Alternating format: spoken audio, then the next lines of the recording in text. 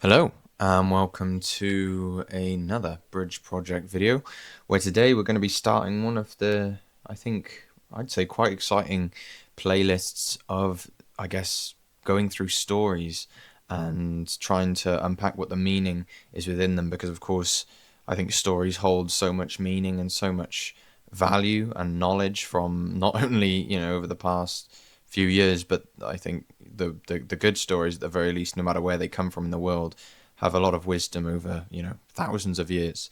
And so that's what this particular video is here. We're going to be going through the Stonecutter story. If you've never heard of it before, well, I will tell it completely from the beginning to the end, and then we'll talk a little bit about it after that, and I guess the message that at least I tend to think about it, and also hopefully that starts to get some thoughts flowing for you. So yeah, this is the first video in the playlist, but it won't really matter because you can go to any one of these videos from anywhere and get the knowledge from it. So the Stonecutter, let's go from the beginning.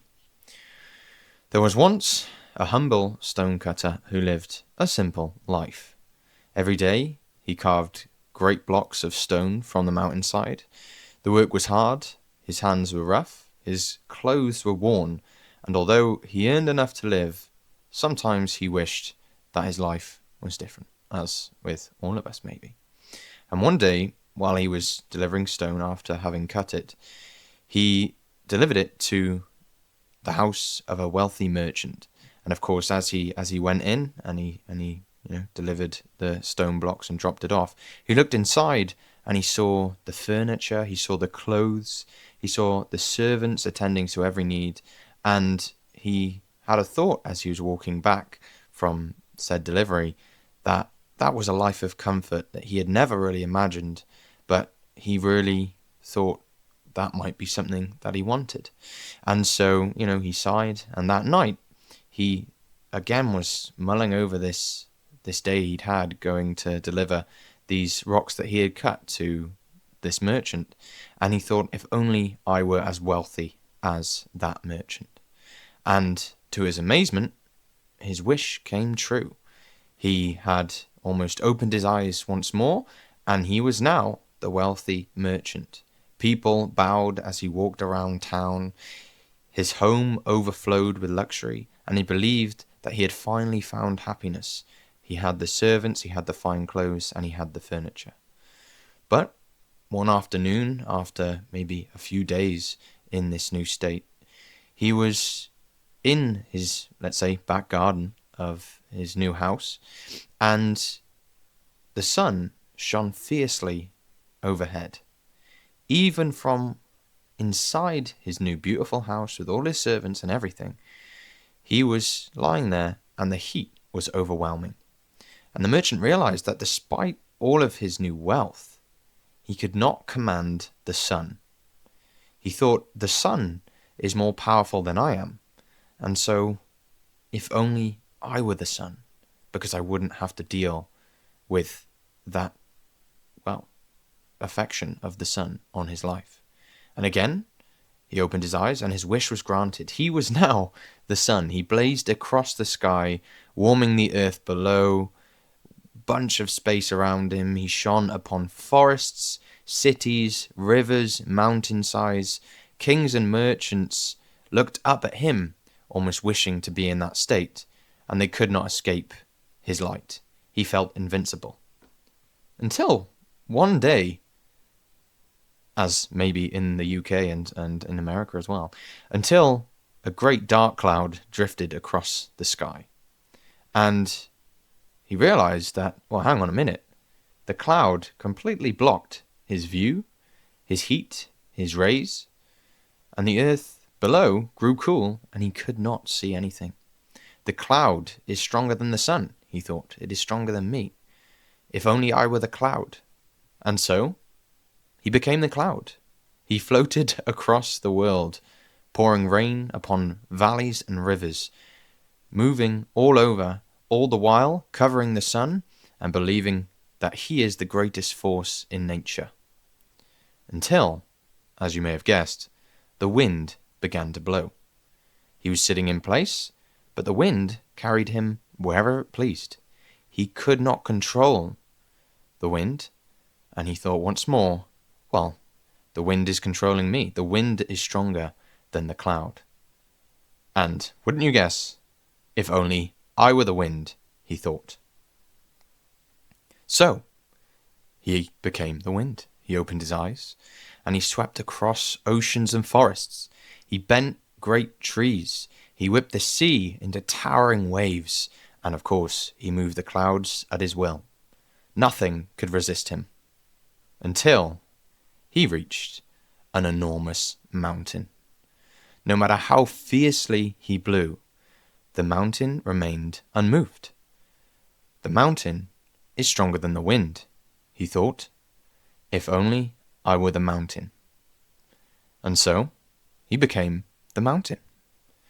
He was there, set in stone, immovable, majestic, ancient. He stood above everything.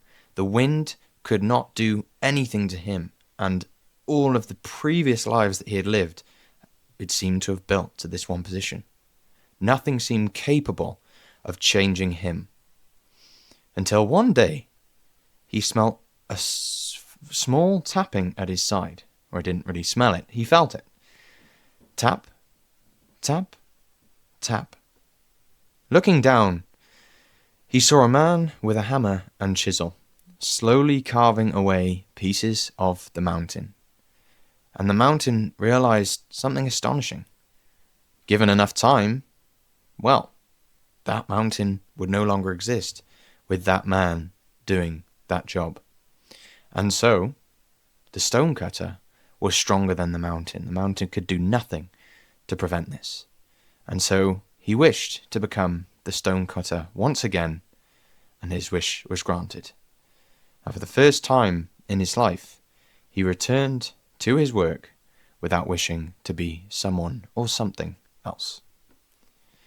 And so this is a brilliant story, of course, full circle moment, as I'm sure many of us maybe even can relate to as well. There's a lot of meaning throughout this story. And so, yeah, I think I want to talk a little about that now. If none of you had hit it before, I hadn't really hit it, let's say, for a long time until going through it once again. And it is, I think, a really good story. So I think it's pretty clear. First of all, we could talk about, well, look, he started as a stonecutter, and then he ended up as a stonecutter. So all those little wishes in between, maybe were useless, let's say. But I think there's more to it, which is the fact that this is something, I think, within each of us. We all have this particular temptation to think where we are right now is just not good enough, and it's so easy in the moment to think, I see this person over there that has something that I want, and I just wish I was them. I just immediately wish I was that, because I don't want to deal with the pain I've got now, or the lack of whatever you want that you've got now. And so wouldn't it just be nice if you just had exactly what someone else or something else had? And it kind of makes sense. It seems like a pretty logical thing, because the way that we view someone else, we might think they've got it all figured out, and we want to be that. But I think as we all know from real life, and almost the cliche, is that no one has it figured out, and everyone is struggling with the particular state that they are in. And just like when the stonecutter became the wealthy merchant, or he became the sun or the clouds or the mountain or whatever, every single one of those states had their own particular problems. And so I think this is emphasized even more when we think about the wealthiest people in the world. We often think, wouldn't it be, look at them having fun on a super yacht, or with a wealthy car or whatever. But I mean, the studies show that although money is indeed important for let's say normal resources that humans need, like drinking water, eating food, having shelter, having electricity, all these different things, that is a minimum of what we need to, let's say, have the best life possible. But there gets to a point where, well, it does not actually provide more returns on meaning in life. And so that obviously shows up in the idea that many billionaires are in fact depressed, right? And they've got many mental health problems because also they've got to a point where they might think that it's meaningless because, well, the amount of money they've got is completely, useless, really. Like they can't spend it all, even if they tried. And so I think that even though, it's easier said than done to just be like, look, don't compare yourself to others and don't wish away the life you have. It is, of course, easier said than done, but it doesn't make it less true, right? And this is where it gets on to the other part of the story, which is that the life the stonecutter was living at the beginning was, as it even said in the story, let's say a simple life. The work was difficult, his hands were rough, his clothes were torn and worn, and he sometimes wished that his life were different. Now, this is a really, really key thing, because not only does it show, the particular story, that all the other different states that he had, there was difficulties within it, and the power that he was trying to accumulate did not solve his problems. But also it's this idea that I would argue the best, well, as it did in the story, the best culmination of where he ended up was the stonecutter. The stonecutter ended up being, through the different, stages that he took, the stonecutter was, in essence, the most powerful job. And this is where it's quite an interesting story, because we went from the sun to the clouds to the wind to the mountain to the stonecutter, and each of those steps sounded pretty, they made pretty a bit of sense, right? Obviously, it's not, it's not, let's say, scientifically or what have you, right? There's other things to it, but if you just look at the story, he left the stonecutter role and he ended up right back at it with the natural progression of going to the next thing with power. So it's showing that even though at the beginning his work was difficult and he had problems, it was still the best possible scenario for him to be in. And this is where it gets to the messages of the story, which is that whatever scenario that you might be in, whether it is with work or whether it's just in life, the best, and in fact, like, not only option, but the best option for anyone to do is to look at the scenario that they are in and think, how can they make that scenario better bit by bit? Because you can't just wish away your scenario to live another life. And in fact, as the story tells you, you shouldn't do that, because you'll end up just having more and more problems. What you need to do is have this complete acceptance of the particular scenario that you're in. And it might be a really, really bad scenario. It might be an all right scenario. It might be a good scenario. Whatever it is, right? You have to completely accept it and realize that you have the complete agency to go ahead and make it as good as it can possibly be for you.